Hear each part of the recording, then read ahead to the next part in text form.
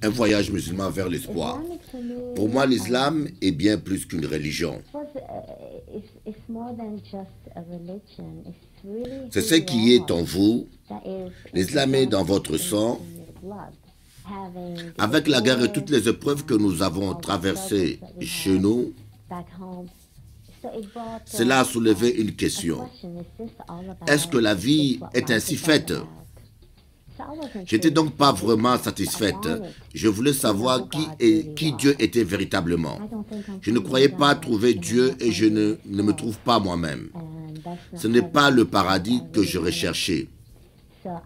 Alors j'ai décidé de sauter le pas et d'en finir avec la vie.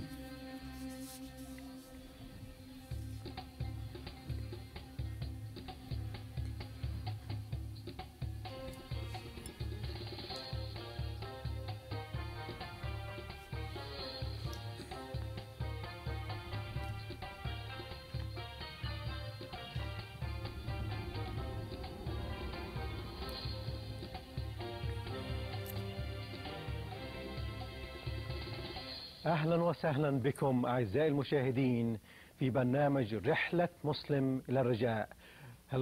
Bienvenue à notre programme Un voyage musulman vers l'espoir. Mon nom est Mohamed Sahed. Depuis mon plus jeune âge, j'ai grandi dans la culture islamique et j'ai été élevé par une famille musulmane. Mais à la suite d'une série d'événements uniques, ma vie a changé de direction. J'en suis venu à reconnaître Jésus-Christ, Issa al-Mashiach, comme mon Seigneur et mon Sauveur. Et j'ai l'espoir que chacun d'entre vous vienne aussi à le connaître et à l'accepter. Nous allons vous rapporter des histoires vraies et des témoignages émouvants et de personnes comme moi, d'anciens musulmans qui ont ressenti le pouvoir de transformation de Jésus-Christ. Croyez-moi, c'est réel et c'est la vérité. Nous vous présenterons des personnes venant du monde entier qui auparavant croyaient uniquement au Mohammed et en l'islam, mais aujourd'hui, elles parlent ouvertement de leur Seigneur et Sauveur Jésus-Christ. Et elles veulent partager son amour avec les autres. Allons à la rencontre de Laïla, une femme du Moyen-Orient, élevée dans la foi musulmane, et qui savait que si elle péchait, elle subirait les conséquences du feu. Puis elle a découvert la grâce et la miséricorde de notre Seigneur et Sauveur Jésus-Christ. Voici l'histoire de Laïla. Laïla, une histoire d'espoir. Pour moi, l'islam est bien plus qu'une religion. C'est vous-même. L'islam est dans votre sang. C'est aussi évident que de respirer. Vous êtes musulman. C'est en vous, vous comprenez? Pour moi, j'étais une musulmane qui croyait en Mohammed. Et Dieu était un Dieu sur un trône. Il n'était pas un père, il n'était pas un ami, il était un juge. Et à la fin, il allait peser le bon et le mauvais en moi. Et j'aurais à le rencontrer. En grandissant dans la foi musulmane, je savais qu'aussi bonne musulmane que je sois, j'aurais d'une manière ou d'une autre à subir la conséquence du feu. J'ai passé mon enfance quand j'étais toute petite dans un quartier musulman, mais à l'adolescence, j'ai vécu dans un quartier chrétien. On allait souvent rendre visite aux missionnaires américains. Ils s'appelaient les missionnaires protestants. On allait jouer, écouter des histoires et s'amuser. Je crois donc que quelqu'un s'est occupé de moi là-bas. Une autre chose, je sais, comme je l'ai dit, que Dieu m'a appelé par mon nom. Il planifiait donc déjà mon passage. Puis la guerre a éclaté chez nous, avec toutes les autres épreuves qui ont suivi.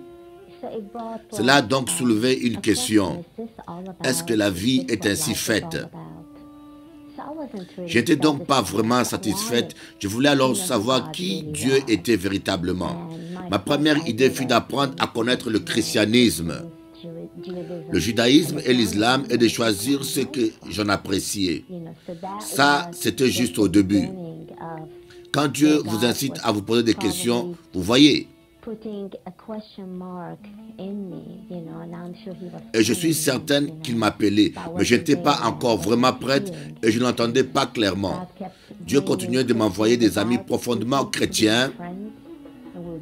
On débattait du Christ et de Mohamed, de toutes ces choses. Puis j'en suis venu à déclarer, vous savez quoi? Je ne crois pas que je trouve Dieu, je ne me trouve pas moi-même.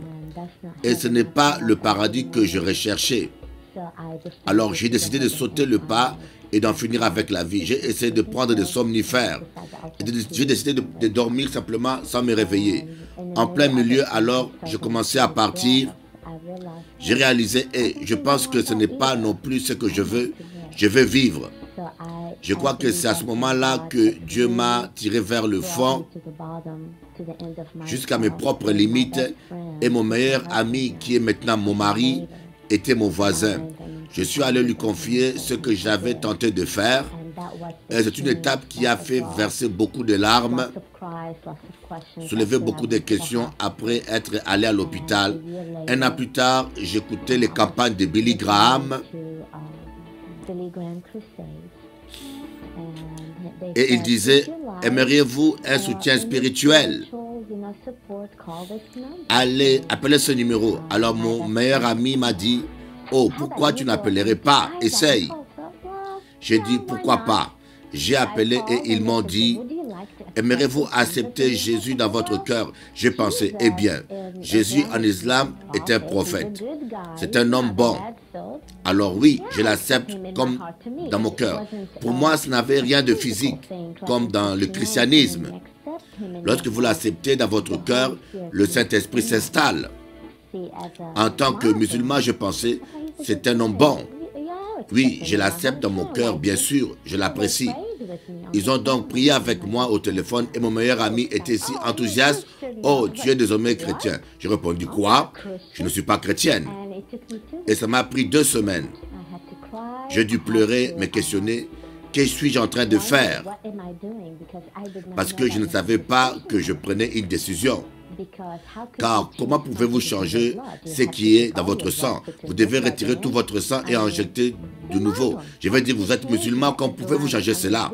C'est ce qui vous définit. Comment pouvez-vous changer cela? Après avoir donc discuté, débattu avec mon ami, j'ai dit, Dieu, si c'est vraiment toi, ils disent que tu es le Fils de Dieu, ils disent que tu es Saint-Esprit, ils disent que tu es le Père sur le trône. Je ne te vois pas comme un Père, je ne te vois pas comme le Fils de Dieu, même pas comme un Saint-Esprit. Mais si tu l'es vraiment d'après ce qu'ils disent, je crois que tu as créé la terre, je crois que tu as créé le monde entier, je crois que tu peux faire l'impossible. Si c'est vraiment toi, alors pourquoi tu te révèles à moi? J'ai alors entendu cette voix me dire, tu verras bien. Je me suis dit que c'était seulement une décision. Je pouvais entendre, s'il ne se présente pas à moi, alors je reprendrai mes anciennes croyances. Le Seigneur a alors commencé à me parler dans mes rêves. C'est incroyable. Le Seigneur vous parle vraiment si vous lui faites confiance. Si vous ouvrez votre cœur et dites, Dieu, parle-moi, parce qu'il est un être vivant, il est là, il est partout, rien ne peut contenir Dieu. Dieu est ici, maintenant, toujours. Et le Seigneur a commencé à me parler dans mes rêves et dans des visions. C'est là qu'a commencé mon nouveau voyage en tant que croyante. Il me fascine chaque jour. Il m'a tellement transformé que je suis maintenant totalement différente. Et désormais, je sais ce que signifie appeler Dieu Père. C'est parfois difficile, mais il est vraiment un Père. Il me parle, il m'accompagne. Il m'appelle sa fille. Et c'est formidable, c'est fabuleux. Quelle liberté quand vous pouvez... Un Dieu qui est amour n'est pas un Dieu de faiblesse. En fait, quand il est un Dieu d'amour et vous donne ce genre d'amour inconditionnel, c'est une liberté. Vous n'êtes plus enfermé dans la haine. Et vous n'êtes pas... Vous êtes libre, vous êtes puissant, vous êtes fort. Vous êtes saisi lorsqu'il dit « aime tes ennemis ». Ce n'est pas ce que vous faites quand vous êtes musulman. Œil pour œil, dent pour dent, vous savez. Vous n'aimez pas vos ennemis. Donc pour moi, aimer ses ennemis est vraiment une leçon d'humilité. Ça me rappelle que celui qui m'aime le plus est Jésus. Je crois que si vous n'êtes pas avec le Christ, vous êtes mort. Vous ne pouvez pas rester vivant. Mais Dieu Tout-Puissant nous a fait à son image. Et même les personnes sataniques qui vénèrent le diable lui-même vous disent qu'il y a un endroit au fond de votre esprit que seul Dieu peut occuper. Et quand cet endroit est encore vide, Dieu réussit à nous donner le pouvoir, même si on est mort, d'appeler Abba Père. À la seconde où on appelle, il répond et l'obscurité disparaît. Si vous posez ces questions, demandez à Dieu: ok Dieu, existes-tu? Est-ce bien toi celui qui appelle le Père, qu'ils appellent le Père, celui qu'ils appellent Jésus, Fils de Dieu? Comment Jésus peut-il aussi être Dieu? Le Saint-Esprit, si vous lui demandez avec sincérité, il se révélera à vous, parce qu'il le peut. On éloigne Dieu, on le met sur un trône, mais il est là avec nous. Il est avec le bon, il est avec le mauvais. Il nous attend. Et si on lui demande, montre-moi, révèle-toi à moi, il le fera. Mais vous devez avoir un cœur qui souhaite vraiment voir. Je crois réellement qu'il n'y a pas de secret pour venir au Christ. Il n'y a pas de « vous devez être fort, vous devez faire ceci ou faire cela ». Il suffit d'ouvrir vos yeux, votre cœur, votre esprit et dire « Ok Dieu, montre-moi ». Je crois vraiment qu'il le fera. Et il vous montrera que Jésus est le chemin, la vérité et la vie. Il est la réponse. Il y a ces gens venant d'un contexte islamique. Dieu a voulu que nous soyons là, à manger avec le peuple, à ressentir l'amour et la compassion. J'aime la nation musulmane. Je les aime tellement que mon cœur saigne pour eux. Je rêve tout le temps de les évangéliser. Si je n'ai qu'une chose à dire à la nation musulmane, ce serait « Je vous aime tellement ». Et si je dois mourir pour sauver l'un d'entre vous, je le ferai.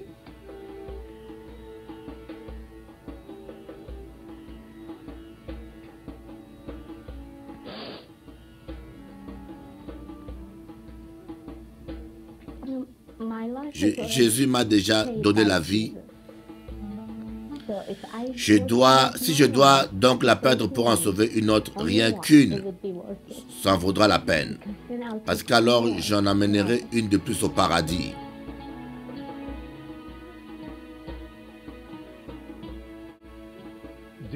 Ressentez-vous les conséquences du feu? Qu'est-ce que c'est que l'islam pour vous? Est-ce que cela vous définit réellement? Est-ce plus qu'une religion pour vous? Tout comme Laïla, on m'a dit que l'islam n'accepte pas l'islam. Comme sa religion est un infidèle. Kafir, haram. Je vous le demande, est-ce vraiment la vérité? Comment peut-on croire qu'Allah dirait de telles choses? Surat Al-Harim, verset 85.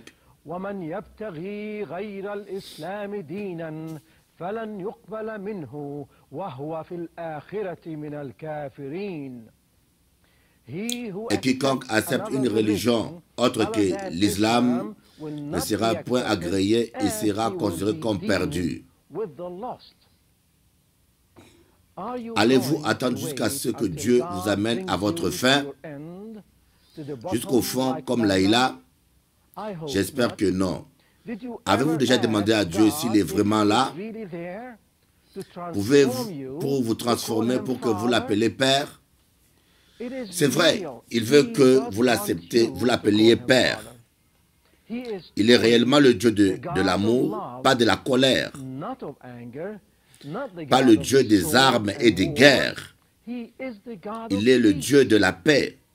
Vous pouvez vous demander, comment puis-je appeler Dieu mon Père? Comment la foi en Jésus-Christ change, transforme le cœur, la pensée et l'esprit comme Laïla? Je vais vous le dire. Cela ne peut se produire qu'avec Jésus. Il est capable de vous apporter un épanouissement spirituel comme jamais auparavant.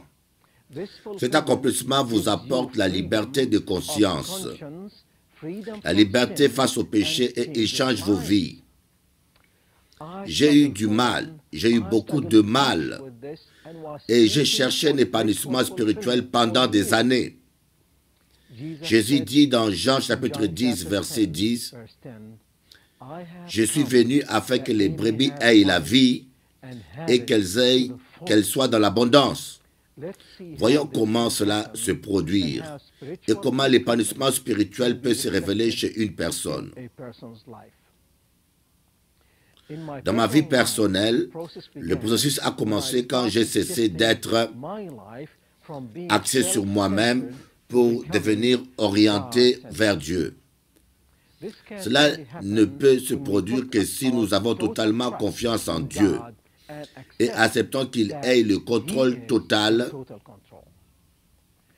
Pour atteindre cet épanouissement spirituel, nous devons pratiquer et vivre notre foi en Christ Emmanuel, ce qui signifie Dieu avec nous. Une fois fait, cela va se refléter dans nos vies et les autres remarqueront ce changement en nous. Quels sont ces changements? Je les ai vécus à travers Jésus. Sont-ils pour vous? Voyons ensemble ces changements que le Seigneur a promis d'apporter à la vie qui lui est dédiée. Le traitement des péchés. La nature de péché la nature de Dieu est sacrée et il ne peut voir le péché. Il nous confère l'aptitude à reconnaître notre impure nature humaine et en retour nous aide à nous contrôler nous-mêmes et à être capable de détester le péché et de lui résister. Jean 16, verset 8. Il convaincra le monde en ce qui concerne le péché et la justice. Romains 6, 14. Car le péché n'aura point de pouvoir sur vous, puisque vous êtes non sous la loi, mais sous la grâce. Le contentement. Dieu nous offre la faculté de résister à la cupidité, aux tentations du monde matériel ainsi qu'aux plaisirs personnels et à toutes sortes de tentations qui nous entourent. Jacques 1, verset 12. Heureux l'homme qui supporte patiemment la tentation, car après avoir été éprouvé, il recevra la couronne de vie que le Seigneur a promise à ceux qui l'aiment. Transfert de la peur.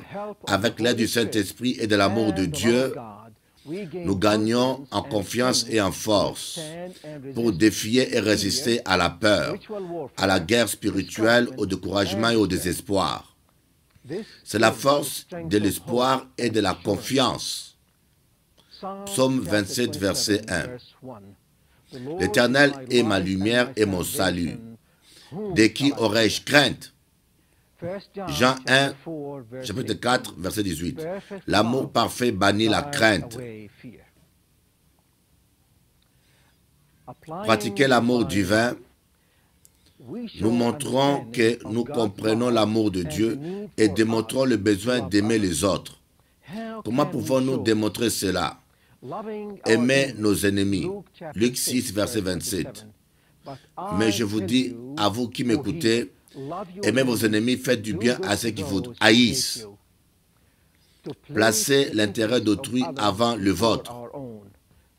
1 Corinthiens 10, verset 24. Que personne ne cherche son propre intérêt, mais que chacun cherche celui d'autrui. Vouer notre vie aux autres. Jean 15, verset 12 à 13. Ceci est mon commandement. Aimez-vous les uns les autres comme je vous ai aimés.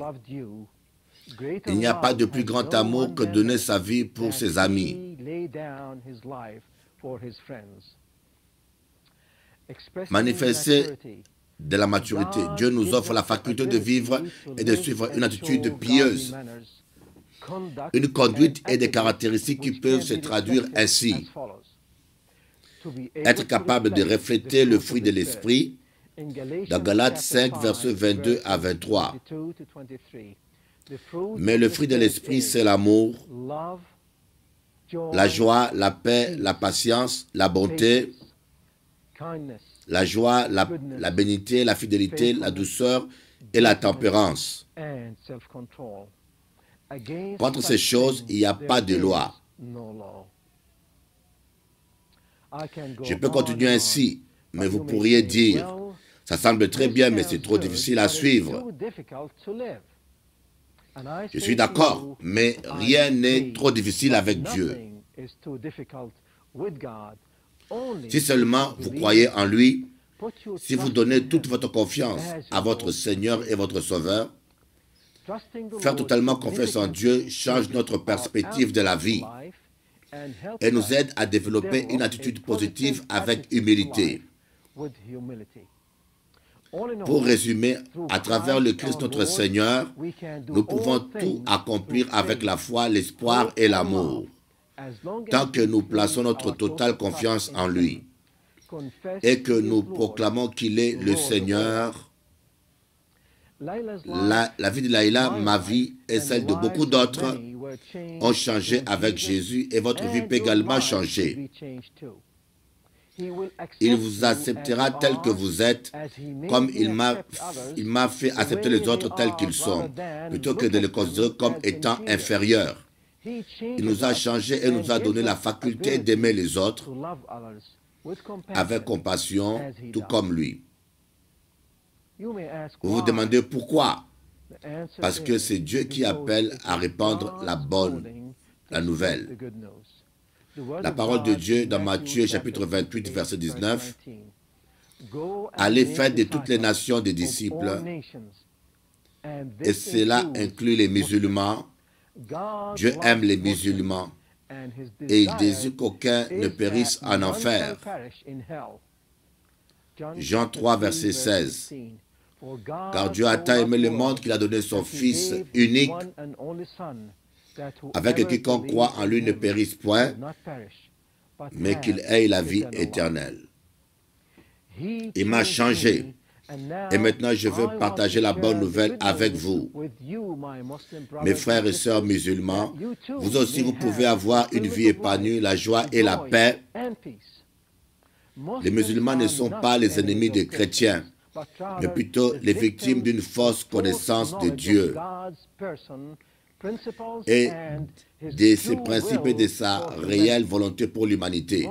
Les musulmans sont des gens bons qui aiment Dieu, avec beaucoup de ferveur, mais qui ont du mal à trouver sa présence et sa bénédiction, parce qu'ils ont été privés de la connaissance de la vérité. Dieu m'a profondément changé et m'a révélé sa vérité. Et désormais, je peux l'accepter, l'appeler mon Père divin. Il veut la révéler à vous aussi.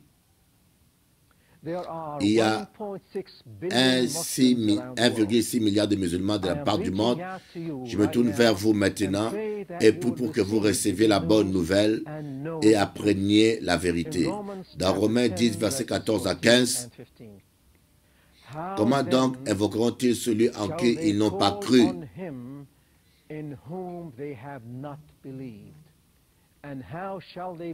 Comment croiront-ils en celui dont ils n'ont pas entendu parler? Et comment entendront-ils parler s'il n'y a personne qui prêche? Et comment y aura-t-il des prédicateurs s'ils ne sont pas envoyés?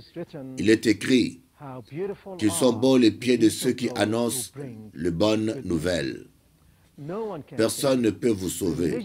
La religion ne vous amène pas à Dieu, ni votre père, ni votre mère, pas même vos efforts. Seul Jésus est le chemin, la vérité et la vie.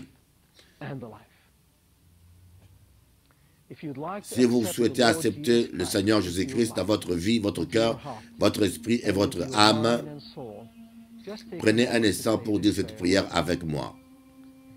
Seigneur Jésus, je sais que je suis un pécheur et j'ai besoin d'un sauveur. Tu es le sauveur du monde entier. Entre dans mon cœur, lave-moi de mes péchés et remplis-moi de l'Esprit Saint. J'ai besoin que tu sois le maître de ma vie. Je sais que tu es le Fils de Dieu et je demande d'entrer dans ma vie. Dites cette simple prière de foi, afin que vous puissiez marcher avec Jésus vers cette nouvelle vie. Une nouvelle joie, un nouvel espoir, une nouvelle paix. Il se révélera à vous. Faites cette simple prière et il le fera. Nous aimerions vous aider dans votre décision d'accepter Jésus-Christ comme votre Seigneur et Sauveur. Et si vous avez d'autres questions, n'hésitez pas à visiter notre site Internet. Nous avons de la documentation en anglais et en arabe concernant le chemin vers le Seigneur. Si vous avez pris votre décision aujourd'hui, vous y trouverez des documents qui encourageront votre recherche, des livres, des témoignages, des questions fondamentales et des réponses sur la foi chrétienne. Vous pouvez aussi nous envoyer vos questions, pensées ou préoccupations par email. Veuillez donc visiter notre site internet sur www.muslimjourney.com. Nous espérons et prions que cela vous aidera dans votre cheminement vers le Christ. Merci de nous avoir écoutés aujourd'hui.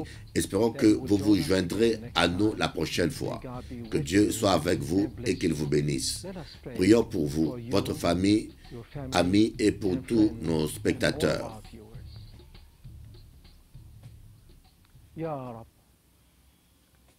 Père divin, Seigneur Dieu, je te remercie de tout mon cœur et me tiens ici devant toi, Seigneur, que ta volonté soit faite pour les millions et les 1,6 milliard de musulmans, qu'ils puissent être amenés et à vivre une joie et une paix qui dépassent la compréhension, qui transforment leur vie, qu'ils puissent passer l'éternité avec toi, que je puisse tous les voir avec moi pour l'éternité, selon ta parole et selon ta promesse. Merci Père, merci Saint-Esprit, merci Jésus.